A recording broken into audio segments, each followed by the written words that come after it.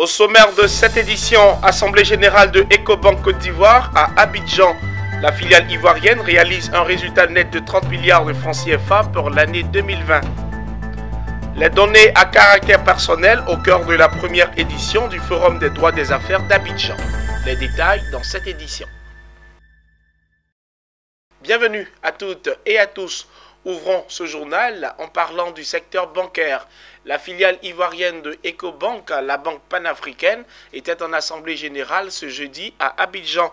Malgré la maladie à coronavirus, il ressort que Ecobank Côte d'Ivoire accomplit ses missions dans le respect des bonnes règles et de la pratique de la bonne gouvernance. Conséquence, Ecobank Côte d'Ivoire a réalisé un résultat net de 30 milliards de francs CFA, soit une progression de 18% pour ce qui concerne l'année 2020.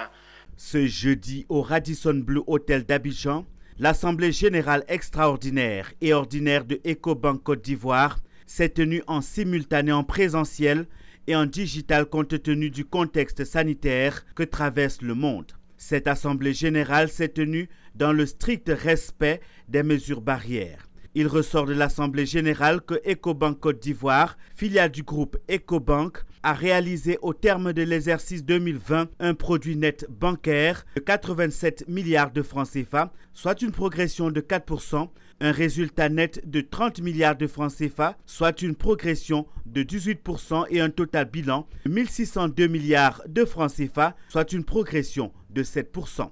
Ces résultats financiers dans le vert, bien qu'en hausse par rapport à l'exercice précédent, sont encore loin des objectifs fixés, a signifié le président du conseil d'administration Michel Akangui. Selon lui, la banque poursuit sa politique de diversification et de croissance en innovant avec la création de nouveaux produits adaptés aux besoins des clients.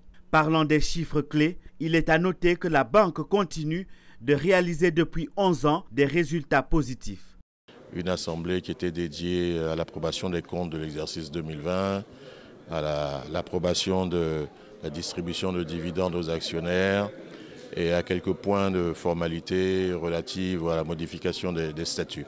Effectivement, la question de la distribution du dividende a donné lieu à pas mal de débats entre actionnaires, avec des avis un peu contraires d'ailleurs entre eux.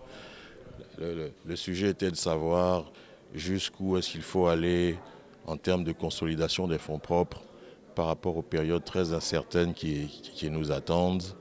Au final, les actionnaires ont fini par se mettre d'accord en acceptant un taux de distribution de dividendes qui soit de 60% afin de maintenir un certain nombre de réserves dans les comptes de la société. Les actionnaires ont dans l'ensemble félicité le conseil d'administration, son président Michel Akangui et le directeur général de Ecobank Côte d'Ivoire pour les résultats obtenus dans un contexte des plus complexes, surtout avec la crise sanitaire de coronavirus. Ecobank Côte d'Ivoire est reconnu dans le secteur bancaire pour ses prouesses dans le domaine du digital. Au terme de l'Assemblée générale, les actionnaires présents ont approuvé l'ensemble des résolutions, notamment les résultats financiers de l'exercice 2020. Afin d'allier la théorie à la pratique, l'étudiante Marie-Ange Conan a initié le Forum des droits des affaires d'Abidjan. Tenue ce jeudi 8 avril, la première édition a permis aux différents juristes et spécialistes d'entretenir les étudiants sur l'importance de la protection des données à caractère personnel. Le reportage est signé Betty Kwaku et Tima Traoré. Sortir des salles de classe pour tutoyer ce qui se pratique en entreprise, c'est l'objectif du Forum des droits des affaires d'Abidjan. Initiée par l'étudiante en master de droit des affaires Marie-Ange Conan, la première édition de ce forum vise à informer et sensibiliser sur les défis de la protection des données à caractère personnel, notamment dans les directions juridiques. Cette année, j'ai choisi l'ère de la digitalisation, donc le Legal Tech, parce que justement, il y a eu la crise Covid, tout ça, et il me semblait que c'était le décor bien planté pour initier ce projet. La protection des données à caractère personnel rime avec la protection de la vie privée. Avec la Covid-19 qui a accéléré la digitalisation du monde, les populations sont de plus en plus emmenées à communiquer leurs données personnelles en courant le risque de se faire pirater. Obligation est donc faite aux entreprises dans tous les domaines de veiller à la protection des données personnelles de leurs usagers. pour tous ceux qui traitent ou bien tous ceux qui collectent des informations relatives à une personne doivent s'assurer de les protéger et de les sécuriser. Au niveau du droit des affaires, on est en train de parler de digitalisation. Et la digitalisation, ça nécessite des interventions techniques.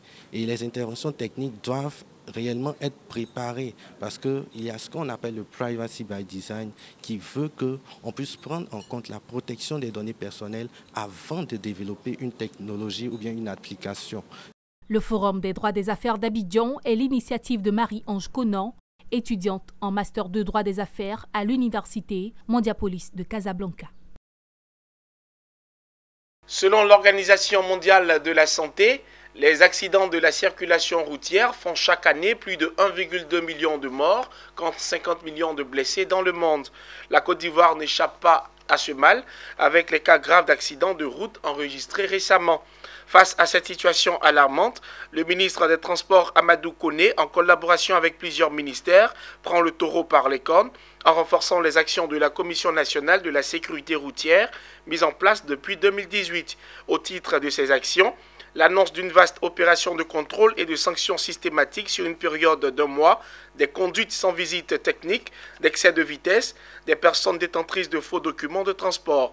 Cette décision intervient au lendemain de la renomination du ministre des Transports au sein du gouvernement de la Troisième République de Côte d'Ivoire. Dans le nord de la Côte d'Ivoire, plus précisément dans la région de la Bagoué, le village de Papara a désormais son collège moderne. L'infrastructure a été construite par le conseil régional de la Bagoué dans le cadre du rapprochement des écoles aux enfants. Suivons les temps forts de la remise de clés du collège de Papara dans cet élément.